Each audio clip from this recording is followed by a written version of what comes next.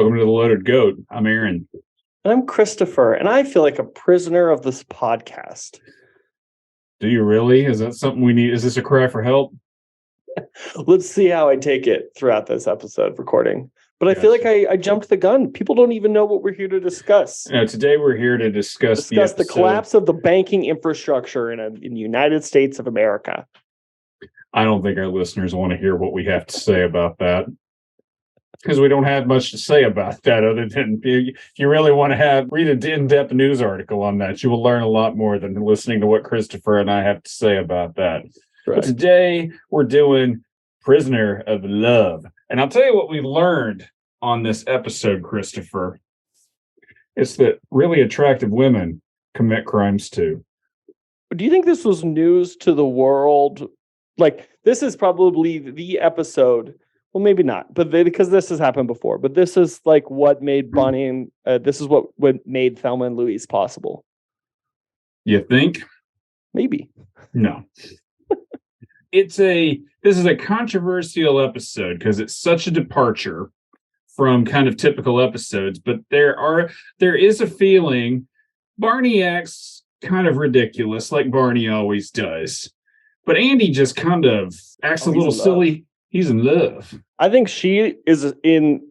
So, I've done some fan fiction reading and writing in my Finster Reddit account. So if anybody has access to that, please enjoy. I think that I have a theory here that the prisoner is maybe a doppelganger of Gertrude, Andy's late wife. I don't think that's the case.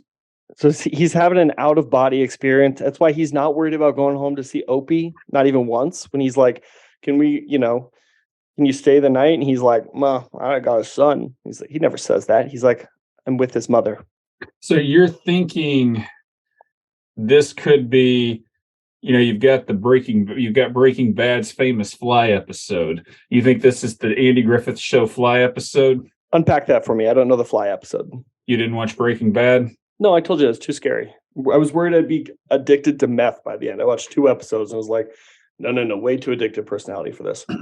There is the most bizarre episode of Breaking Bad is one where there's a fly that goes into the huge meth lab, and Walt and Jesse spend the entire episode trying to find this fly.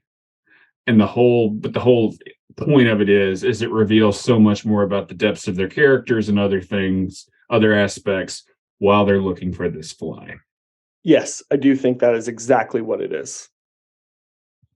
I hadn't thought about this because this episode. So do you like this episode a lot more, I guess, than I do? Not really. Not really? I just try to come up with content. What I'm hearing you is you don't really believe the things you're saying. You're just going on and saying things based on what you think our listeners want to hear. There is no way that is news to you. There's no way. It's news. I thought you were a man with convictions and principles who didn't say stuff you didn't believe. Sound like my mother. Sorry, that's just my take. So I kind of feel like this episode, it's different from your typical episodes. I hate to almost say this with the Andy Griffith Show, but it's shot in a very warm and sensual kind of way. It is. I didn't notice that. Yeah. I mean, and it's weird. It's like it's not something you're used to seeing, but let's dive in. Can I do one thing on cinematography before we dive in on that line? Yeah. I watched the Oscars recently, and there was the weird, the setup for the award of best cinematography was so strange. Where basically, I can't remember who the hosts were, but they were basically saying cinematographers, if they want to have a good shot, they always lower the camera. And I feel like they had minimized all of the art of cinematography to, like, if you lower the camera, things look better. And then they showed all the examples of it, but they were serious. And I thought it was kind of an interesting simplification of quite a complex art. I was in and out of that. I think my wife and I were talking and fast forwarding, and all I picked up was, look at all these amazing shots that were created in collaboration with the director. I didn't hear the all you got to do is go low. That's how it initially started, so here we go. Here you go. Oh yeah, that's such a great shot. Is this what you wanted? That's what I want. Yeah, that's what I want. Let's break it up. For those of you who are just listening and not watching, Christopher is now basically all you could see there for a second was his chin. So this episode first aired on February 10th, 1964, aired then to coincide with Valentine's Day. This was not really what I'd call a Valentine's Day episode, but it's interesting that's the approach they took. I would agree. And Aaron Rubin said that Andy Griffith enjoyed this total departure. I imagine. Okay. I also have to imagine this must have been just a picnic to shoot. One set. Three actors. 4 actors. I mean, you got the 2 state police officers. Or you got 5 actors. You got 6 actors. You got Andy, Barney, the lady, Otis, the 2 police officers, and Otis. Yeah. I guess it never really changes from day to night, I think, except maybe in the epilogue, but I can't tell I guess you do have sunlight in the epilogue. Like they work that hard if it's day to night. They just put like a little blue gel filter over it and then they go outside. It's not like that's really wearing them out. Well, I was just very thankful that the crew got to take a little bit of a break on this one. Yeah, maybe it was right after they unionized. Yeah. So we open with Andy and Barney sitting out in front of the jail during the evening. We hear the train running. This looks idyllic. I mean, it looks great. I agree.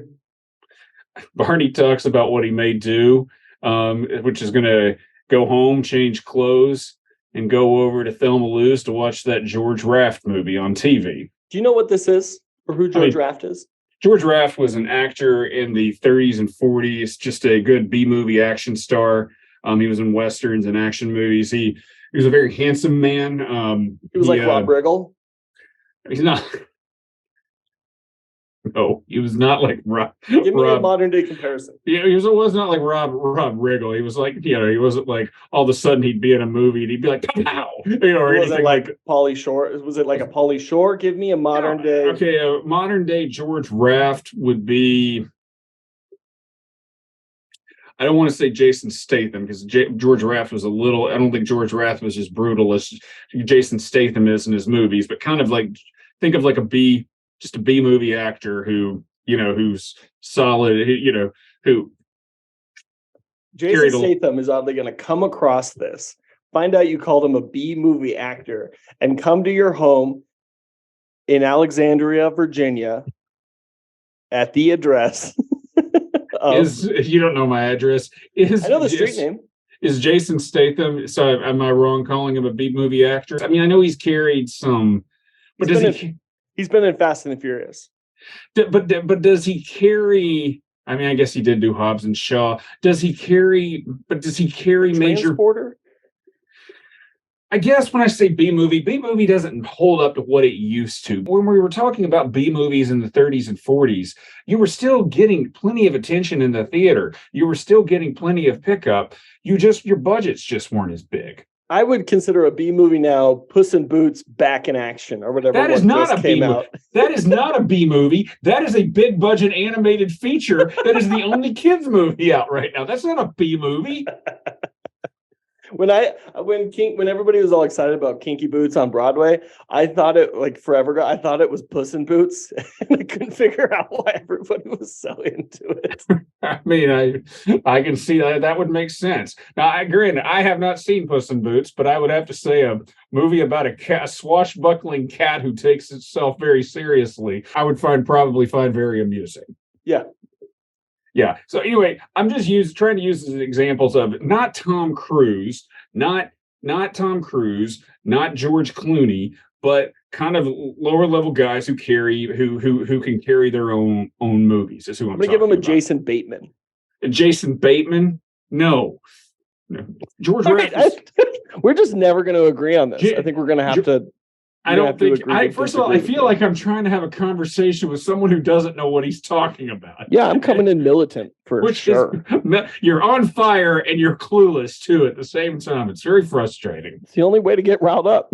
Yeah, I can see.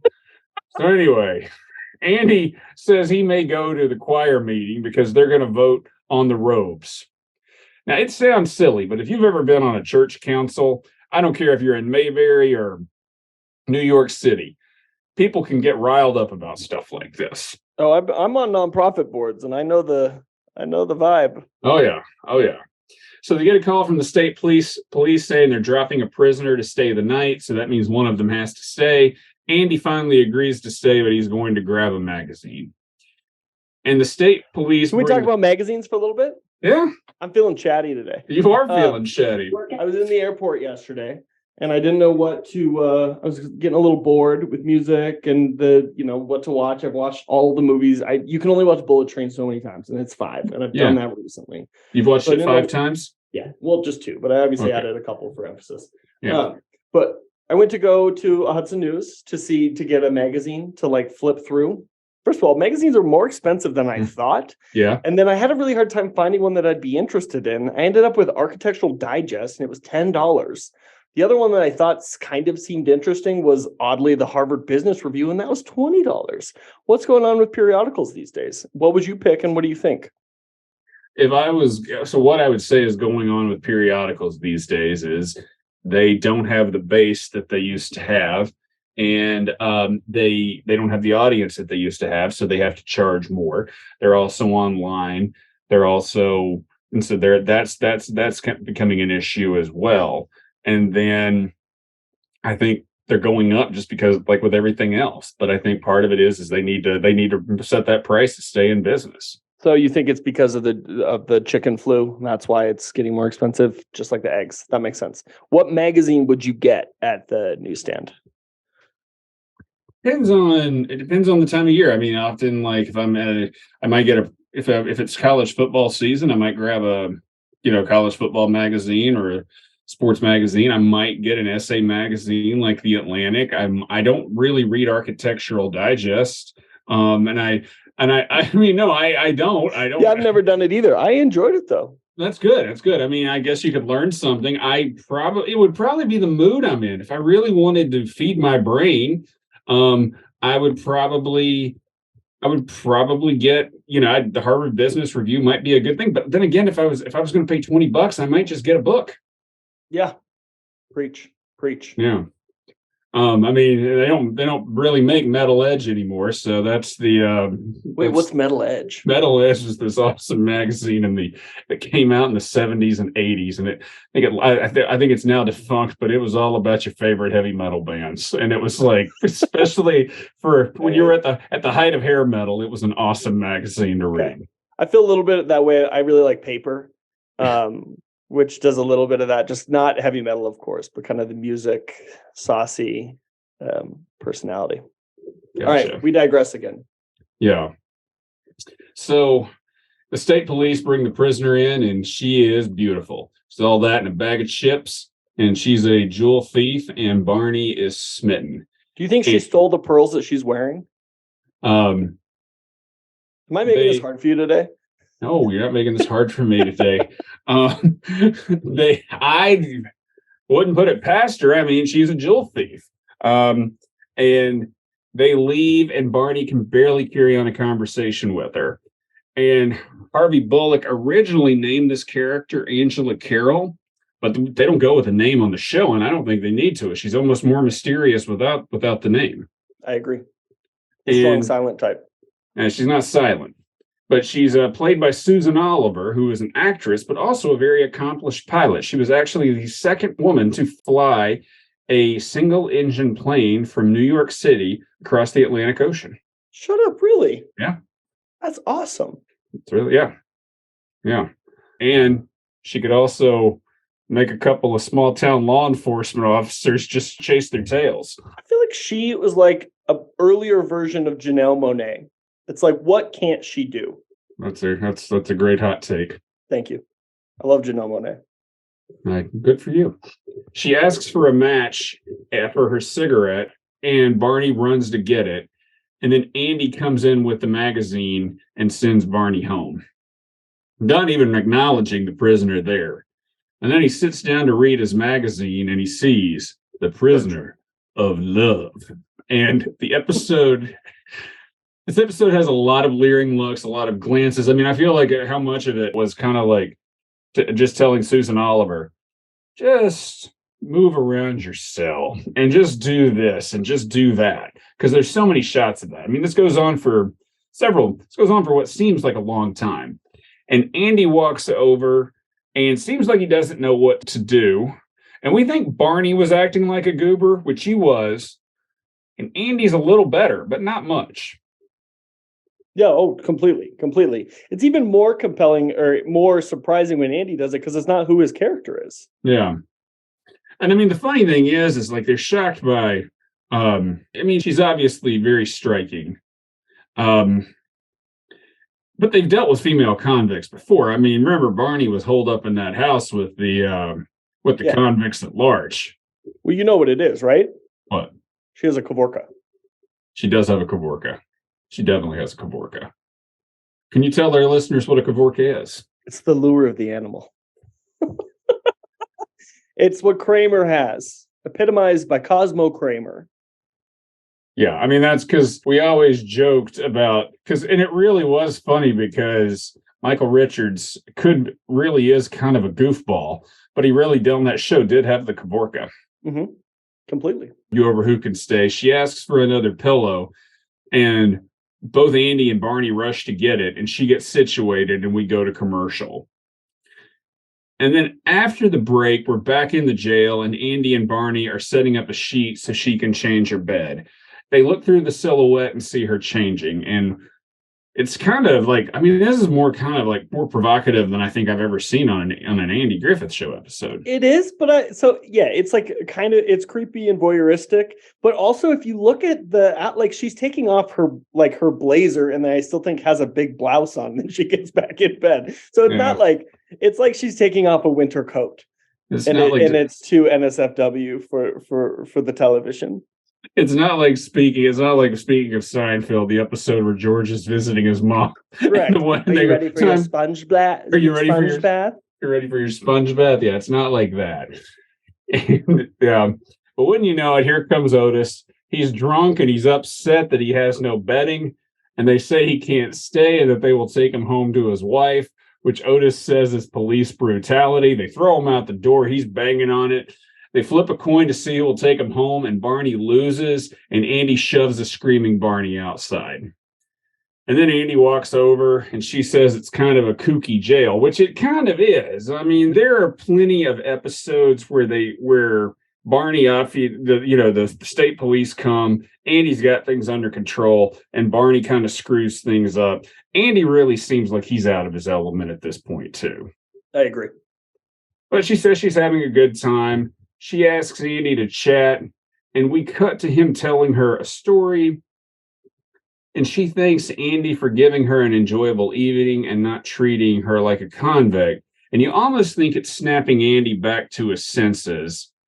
And then she says her suitcase is stuck getting open, so he comes back into the cell, and they almost kiss but then Barney pulls up, and he comes in and says Otis ran away 3 times. Now, Saved by the bell. Saved by the bell. Now, here's a question.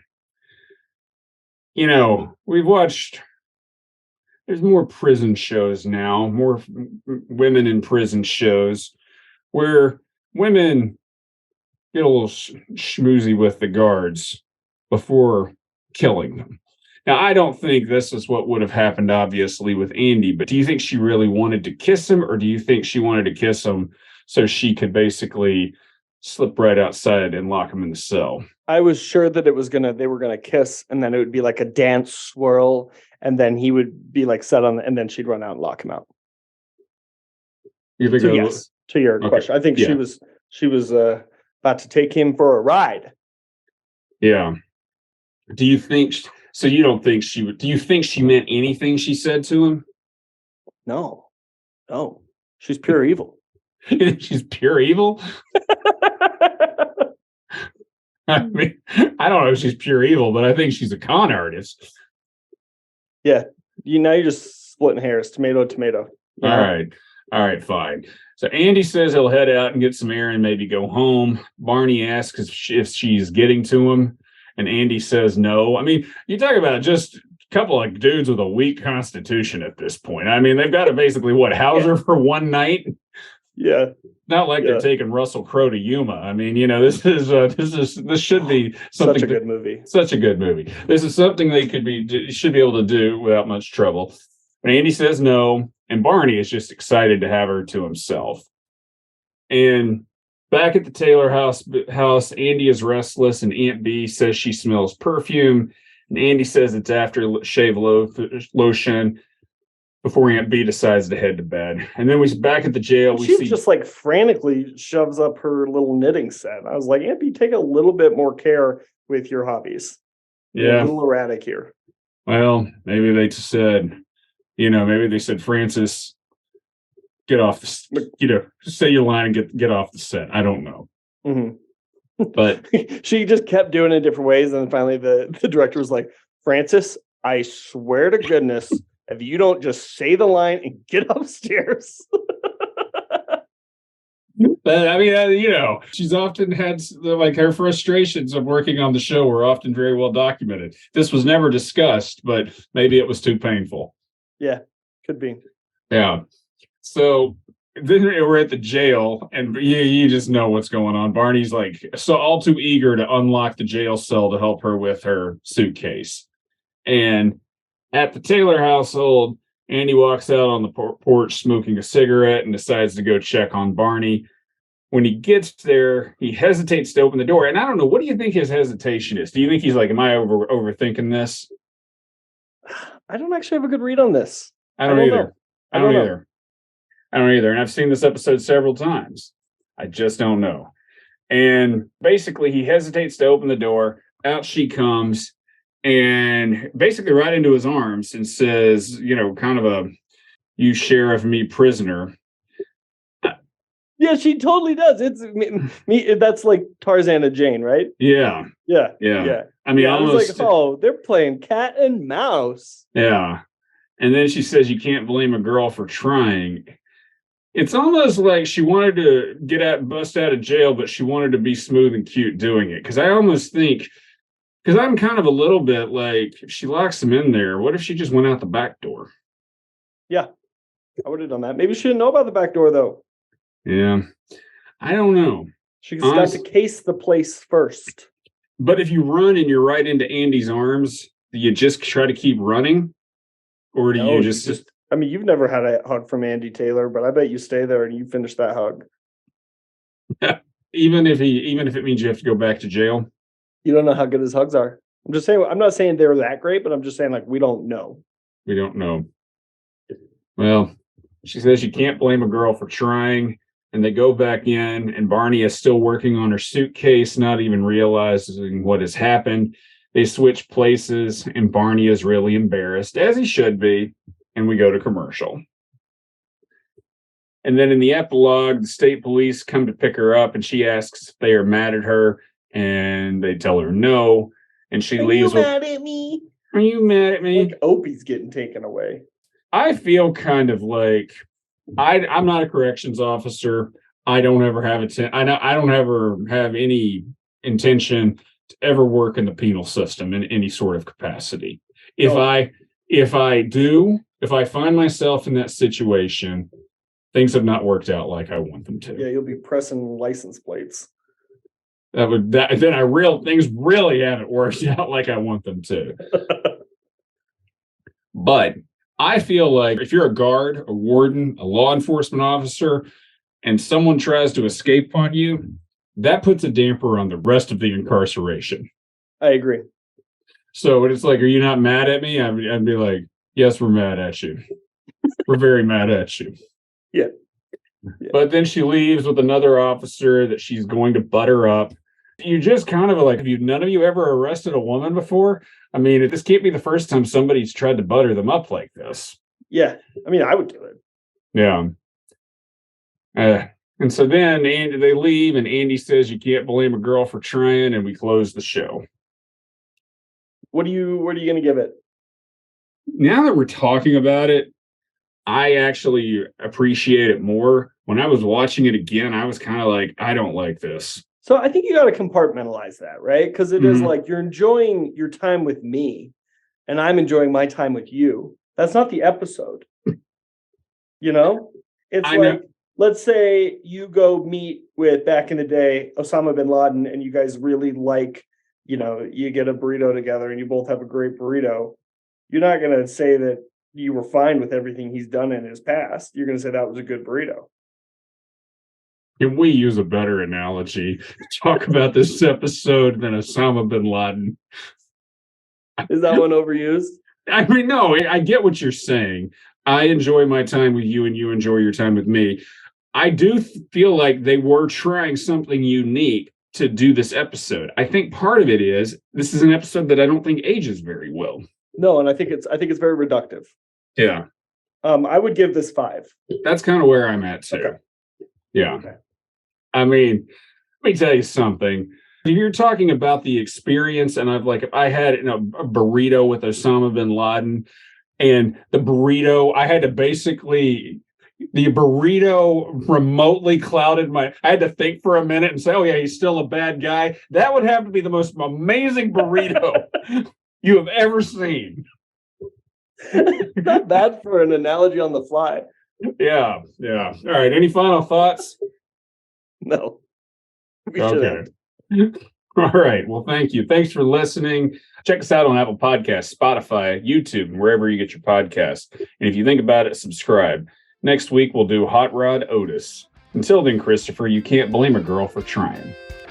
I'm batting my eyes at you, baby.